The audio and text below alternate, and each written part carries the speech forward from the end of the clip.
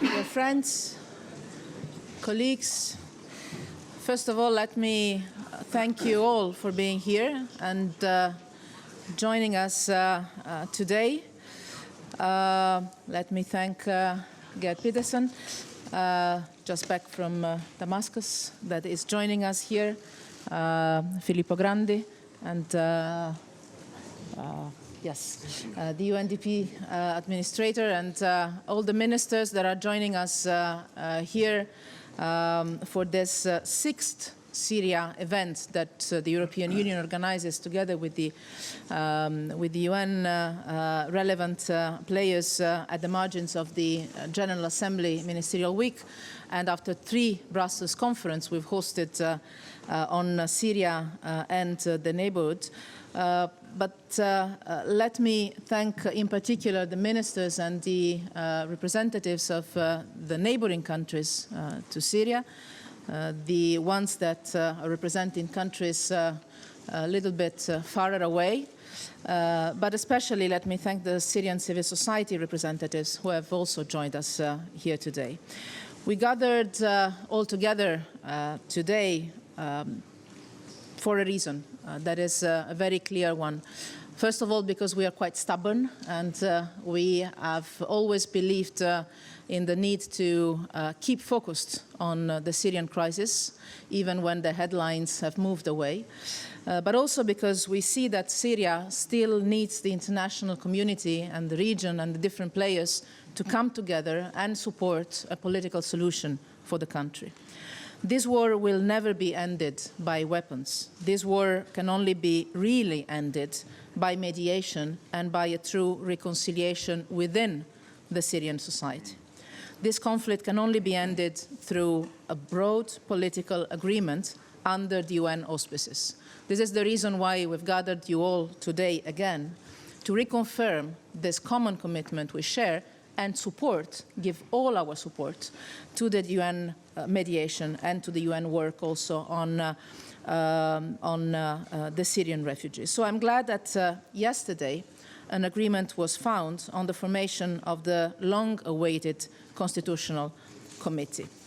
This is the first agreement between Syrians since the start of the crisis in 2011, the first such agreement that has not been imposed by outside parties.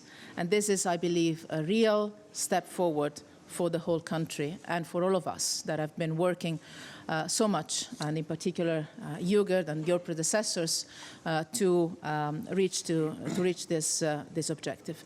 But this should be seen first and foremost as an opportunity for further steps forward, on the ground, first of all, and with a real impact on the life of the Syrian people.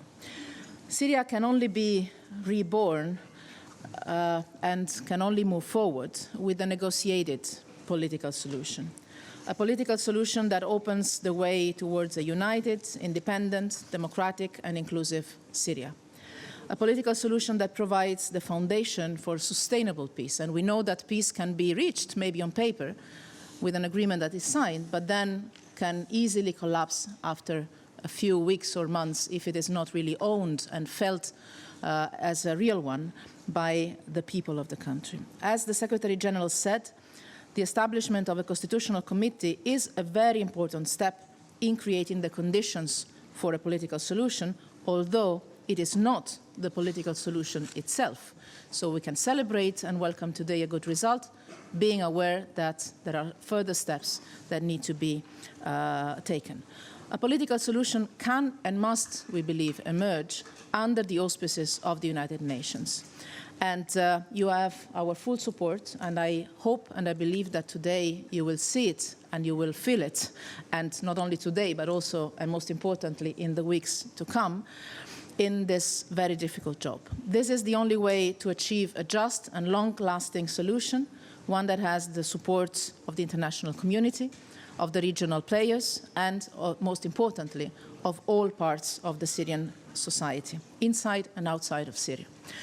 It was with this objective that we hosted the 3 consecutive Brussels conferences on the future of Syria and the region, the most recent one in March, and many of you were there with us just a few months ago. And these were not just donors' conferences, even though they have created the opportunity, very important, to raise billions of euros in support of Syrians and also in support of their host communities in the neighboring countries.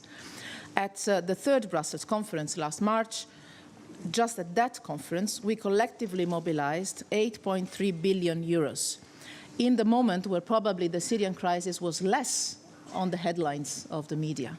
And I believe this was in itself an excellent result. But I am pleased to announce today that we have also already delivered on over 90% of the pledges made.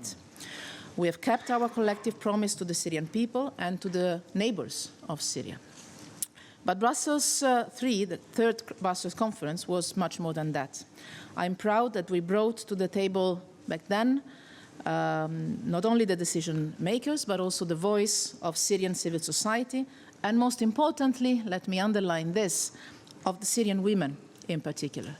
And on a personal level, I have to say that the resolve, the determination, the wisdom of the Syrian women have always given me hope, because if they, coming from very different backgrounds, managed always to find some common ground in very hard times, I believe that the entire society of Syria will be able to reconcile and to find the peaceful future that it deserves. Most importantly, your presence here and in Brussels is a reminder for us all. It is a reminder that a political solution has to be grounded in the Syrian reality and in Syria's society. It has to take into account the aspiration of the Syrians to a future Syria that is strong, peaceful, inclusive. This is why we need this process to be inclusive, and this is why we need the UN process. We do not ignore power politics, we do not ignore military dynamics, but a political solution is the only realistic way to finally end this endless wars.